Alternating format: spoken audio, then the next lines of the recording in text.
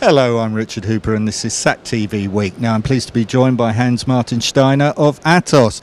Hans, thanks for joining us. Now the company's been going through some rebranding and name changes. Explain. Yes, thank you Richard for inviting me. Yes, we recently joined the ATOS group. We used to be Siemens Convergence Creators before for quite a while, for actually 20 years. And now we are part of the ATOS group, which is a French company.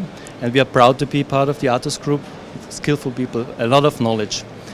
On top of that, we have rebranded our main product, CCAMS, for carrier monitoring and then interference localization. So it's now called SkyMon. It used to be called CCAMS before, as I said. It's now called SkyMon. Now, can you expand a bit on SkyMon and what it's actually bringing to the customer? Of course, SkyMon, of course, it comes again and still with the same functionality as before.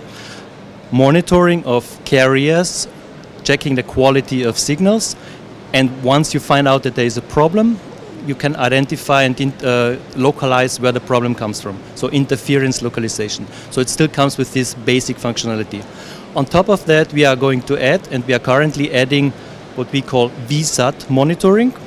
Why are we adding VSAT monitoring? Because the majority of interferences come from VSAT terminals, so these small little communication terminals that you actually sell in the meantime to internet users all over the place that are served by satellites.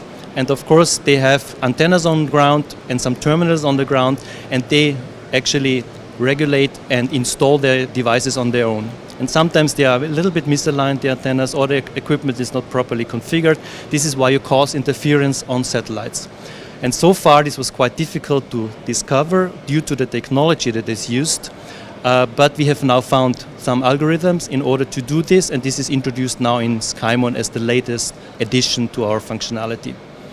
So with regards to SkyMon, what's the outlook for it as the market moves forward? Right. Actually, we are going to introduce this VSAT until the end of this calendar year, which is by December we shall have it in the market. It comes with localization and monitoring. On top of that, we are currently investigating with disruptive technologies, which is in other domains already installed, like artificial intelligence, big data analysis, and deep learning. Because, as pointed out, in the meantime, you have a lot of data coming from various satellites.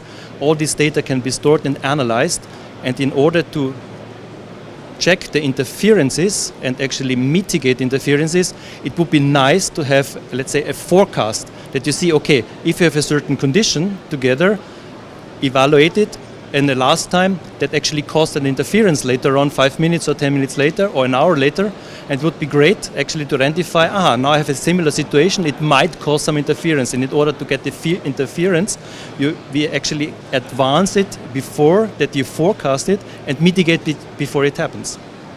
So that's what we are going to study at the moment and probably introduce quite some time, let's say maybe next year or a year from next year. Now you've mentioned new constellations, but the satellite industry is going through a lot of change. What trends are you seeing? Okay, I see the trends towards internet. So at the moment, of course, until now, we had satellites that actually were broadcasting TV mainly. So the main purpose of at least geostationary satellites and commercial geostationary satellites was video and TV. But we see the change rather going to internet, so broadband internet. And this in various technologies. So not only geo, actually geo is becoming a little bit less important. Even more important will be the mega constellations, or constellations which are on the low Earth orbit, like in the 1,100 kilometers range. So we will see a lot of these constellations proliferating in the next future.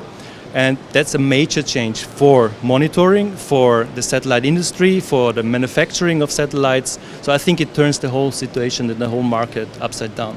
And I think the GEOs will have some difficulties in the future. Hans, thank you very much. Thank you. Thank you for having me.